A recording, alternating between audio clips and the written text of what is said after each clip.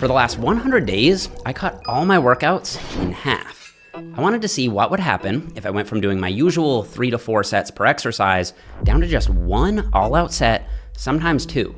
Would I lose muscle? Well, in this video, I'll break down exactly what I did, what the science says, and what happened to my physique.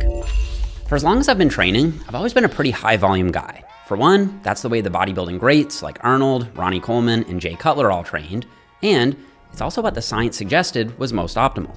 So for me, it was kind of a no-brainer. I generally do at least 3 to 4 sets on each and every exercise, every workout. But like I said, for the last 100 days, I flipped that completely. I became the lowest volume guy in the gym. Instead of 3 to 4 sets, I only did 1 or 2 sets per exercise. That's it. For several lifts, I just do one all-out max effort set and move on. Got it. Oh, man.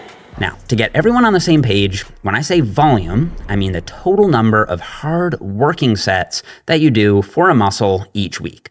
So if you do a large number of sets, you're doing a high volume program. If you do a small number of sets, you're doing a low volume program. So let's use our chest as an example. Let's say you hit your chest on 2 days, 3 sets of chest press on Monday and 3 sets of cable flies on Thursday. And that's all you do for the week. That means your weekly chest volume is 6 sets per week. And for the last decade or so, the standard science-based guideline for sets per muscle per week was, what do you think? It's about 10 to 20 sets per muscle per week. That's quite a lot. Going with our chest example, the low end of the science-based range at 10 sets would look like this. 3 sets of chest press plus 3 sets of cable flies on Monday and 4 sets of push-ups on Thursday. And the high end of the science-based range at 20 sets would look like this. 4 sets of chest press and 4 sets of cable flies on Monday, 3 sets of push-ups and 3 sets of pec deck on Wednesday, 3 sets of incline press and 3 sets of dumbbell flies on Friday. That's a lot of chest, and that doesn't include warm-up sets. These are all hard working sets all the way to failure or very close to it. And of course, that's just for one muscle. For your total body volume, you need to add up all the sets for all your other muscles too. Those are some long workouts. Trust me, I trained like this for years, but not anymore. This is what my full week of chest training looks like now. 2 sets of incline press and 2 sets of pec deck on Monday, 2 sets of machine chest press on Thursday. That's it, 6 sets per week. Let's use this graph to compare how my current volumes look compared to the standard science-based volumes. This is what the high end of the science range looks like, and this is what the low end of the science range looks like. And this is what I'm doing right now. So it's pretty freaking low across the board. Most of my muscles get 6 sets per week. Some get 4 sets per week, and a few are in the 8 to 10 range. My shoulders get 10 sets, my back gets 9, my glutes get 9, and my quads get 8. On average, I'm only doing about 6.5 sets per muscle per week. And for the 100-day experiment, I split that volume up like this. Upper, lower, rest, upper, lower, arms, rest. And I repeated that split for 14 weeks. The thing is, on paper, by following this plan, I was training at a level of volume that most experts would say is too low to maximize muscle growth. For the past 15 years, the research has been hammering the same message. Volume is king. Back in 2010, James Krieger published a meta-analysis of 8 studies comparing 1 set versus 2 to 3 sets per exercise. And what he found was clear. Doing more sets caused more gains. 2 to 3 sets per exercise was about 40% more effective than just doing 1 set. And over the next 6 years, at least another 7 studies on volume and hypertrophy were published. So in 2016, Krieger and colleagues dropped another meta-analysis. This time, rather than sets per exercise, they looked at sets per muscle per week, and they found a clear dose-response effect. Once again, more volume meant more gains. By this point, volume had pretty much cemented itself as the main driver of hypertrophy within the science-based community. I was even singing its praises. Training volume, this has been cited as being the main driver of hypertrophy. But were we all kind of wrong? Well, last year, Pelland and colleagues dropped the biggest, most detailed meta-analysis on training volume that's ever been published by far. Now, we're up from 15 to, get this, 35 studies on training volume for muscle growth. And this time, they found another super clear dose-response relationship between volume and hypertrophy. More volume, more gains. And that trend held from as low as 4 sets per muscle per week all the way up to 43 sets per muscle per week. Even the authors were kind of like, man, I don't know what to tell you. Doing a lot of volume just really seems to work. But there are some issues. If you venture deep into the dingy underground corners of the online science-based lifting subculture, you'll find plenty of people criticizing this paper. You'll hear that none of these studies are actually measuring true muscle growth. What's really happening is all that high volume training is simply causing the muscle to swell up with blood and inflammation, something called edema. It's really just a big pump that lasts a few days, making it look like the subjects gained more muscle when the researchers measured it. There's probably some truth to this, but it's not the angle I'm taking. I think the overall effect is just too big across too many studies. It's more than just edema gains. Plus, the authors address this in the paper itself. No. Instead, I'm going to criticize this literature through a much more practical lens. First, let's get this straight. These studies didn't apply high volumes to every muscle all at once. No, most of them just blasted their biceps and triceps or their quads with high volumes. And for the most part, all their other muscles were trained normally or not at all. So the best you can really say is that high volume works if you blast a single muscle or two. Even the authors note that doing high volume for your entire body could cause some serious recovery issues. And speaking of recovery, almost all of these studies were done at around maintenance calories. But what happens if you're in a caloric deficit like I am right now?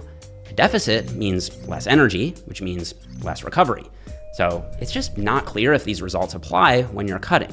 This is a crucial point that I'll come back to when I show you my fat loss results throughout this low volume experiment. Perhaps most importantly though, all of these studies are short-term interventions. They usually only last 6 to 12 weeks. So what happens over a longer time frame, like a year or two? Do higher volumes keep pulling you ahead forever, or do they just give you a short-term boost and lower volume training would eventually catch up as you get closer and closer to your natural limit? Based on this research, we can't really say because they don't last long enough. And then there's this whole thing with diminishing returns in general.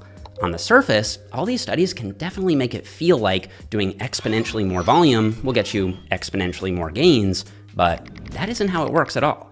The extra muscle growth that you get by doing more and more volume gets smaller and smaller. All of that is why I wanted to test this out for myself. Was I doing all this volume just based on some bodybuilding anecdotes from guys 100 pounds bigger than me and some science that, while valid, has some serious practical limitations? My N=1 experiment lasted for 100 days, which is longer than almost all of these studies I've shown you so far. I tracked my chest strength and my quad strength using a standardized science-based protocol. I tracked my physique with progress photos under the exact same lighting, and I tracked my body fat and lean mass with DEXA. For the challenge, I wrote the most effective low volume split I could think of. Upper, lower, rest, upper, lower, arms and delts, rest. In just 1 to 2 sets per exercise, with almost every set taken to failure. I knew from other research that if I was going low on volume, I needed to go ultra high on intensity.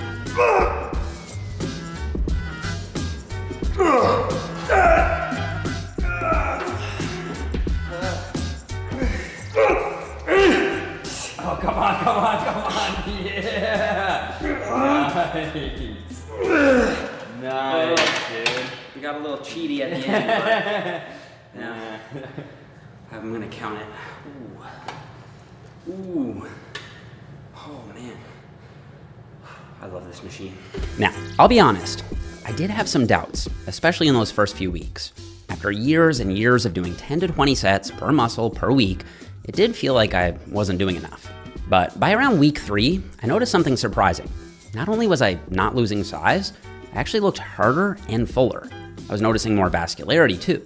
That's probably because I was getting leaner, but the lower volume training was still keeping my muscles fuller than what I expected. And most importantly to me, despite steadily losing weight, I was keeping my strength up on all my lifts. And that's probably the best indicator that I was keeping my muscle. That's all you all. Didn't even touch it. Let's go, bro. After the first month was up, I started to think that maybe I just didn't need as much volume as I used to think, as long as I was pushing really hard. The research does show, for the most part, that on average, higher volume training does lead to more muscle growth. However, I do think on a cut, a low volume program can make more sense, and that's because you have a lower recovery capacity, and so a high volume training program can just be harder to recover from. So yeah, if you're doing a bulk or a recomp or whatever, high volume training works great. I think it makes perfect sense. But when you're on a cut, I think a lower volume program with really high intensity is a smarter approach, and that's what we're doing. But maybe I'm getting ahead of myself. 1 month isn't that much to go by, and new programs are always fun at first anyway. Plus, if it turns out that I lose a bunch of muscle by the 100-day check-in, I might change my tune.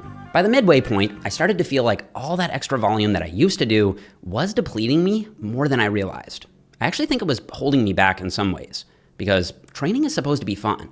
And I'll tell you, I used to dread doing some of those super high volume workouts, especially leg days, and especially when cutting. Nowadays, for my leg workout, I hit 2 sets of squats, 2 sets of leg curls, 1 set of lunges, 2 sets of leg extensions, 1 set of abductions, and 2 sets of calves. It's not nothing, it's still a hard workout, but it only takes me about 45, maybe 60 minutes if I take my time, and I absolutely love it. I'm also more locked in than ever before. I don't know if it's some of my ADHD tendencies, but during almost every single high volume workout I used to do, my focus would always start to taper off near the middle. I'd go on my phone more, I'd rest a little longer in between sets, and just start socializing. An already long workout would drag on even more. And this is where a low volume training style really shines. It's what I've been calling the focus effect. When you know you only have 1 or 2 sets to get the job done, you will lock in. Before every set, I remind myself that I need to nail my execution and my effort. And because of that, I don't think there's been a single set where I didn't bring the intensity for this entire challenge. But I don't want you to just take my word for it. After all, this challenge only has 1 subject, and I haven't even shown you my results yet. And even if they are amazing, you shouldn't base too much of your own training off of one person's experience. That's why I want to take a second look at the science. Because while on the surface, it really can look like volume is king, there is more support for a lower volume training approach than you'd think, at least in the right context. For example, there's a lot of data showing that you need way less volume to maintain muscle than you need to build muscle. This classic study from Bickel and colleagues had subjects run 2 phases back to back, a high volume phase and a low volume phase. For the high volume phase, they hit their legs 3 days a week. Each workout had 3 sets of squats, 3 sets of leg press, and 3 sets of leg extensions. That's 27 sets per week just for their quads. And they did that for 16 weeks. Then, half the subjects entered a super low volume phase, where they dropped their workload down to, get this, 1 set for each exercise once a week. That means they went from 27 sets down to 3. And guess what happened to their gains? They maintained 100% of their size and strength for another 16 weeks. Oh, and then another 16 weeks after that. They maintained their gains for 32 weeks. That's 224 days, doing just 1 set per exercise, 3 sets total a week. That's it. And there were 70 subjects in that study. Some of them actually kept making gains during the low volume phase. And to really drive this home, a brand new low volume study from September of this year, so just last month, was just published. In this paper, Herman and colleagues had 42 resistance-trained subjects run a low volume program, 2 full body workouts per week with just 1 set per exercise. Each workout took about 30 minutes. They split everyone doing that low volume program into a failure group and a non-failure group. The failure group, obviously, went to failure. The non-failure group left 2 reps in reserve. Other than that, both groups were following that 30-minute workout twice a week low volume plan. And after 8 weeks of 1 set per exercise per workout, both groups made significant gains. The failure group tended to grow better overall though. So this new study tells us 2 really important things. First, on a low volume program, going to failure seems to work better. And perhaps more importantly, it tells us that even experienced trainees can make gains on a low volume program. Volume might not be the king that we thought. At least that's what I make of this 2023 meta-analysis from Robinson and colleagues, which very clearly showed that the closer you train to failure, the more muscle you gain. To me, if any one variable should wear the crown, it should probably be training hard, right? And with low volume training, since you're only doing a small handful of sets, you can't afford to push nearly every single set to failure without hurting your recovery.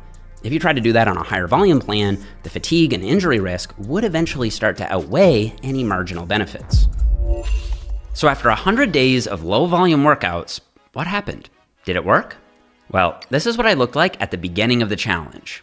And this is what I look like now, after 100 days of low volume training. I was cutting during this experiment, so I am clearly leaner now, but I also think I look more jacked, especially in my legs and my shoulders. And despite being about 7 pounds lighter in the after, I think I held on to my muscle fullness, size, and density really well. And my DEXA supports that too. From day 1 to day 100, I lost 5.5 pounds of fat mass and 1.8 pounds of lean mass. I think that's a really solid ratio, especially when you consider that lean mass isn't only muscle mass. It also includes any water that I lost during the cut.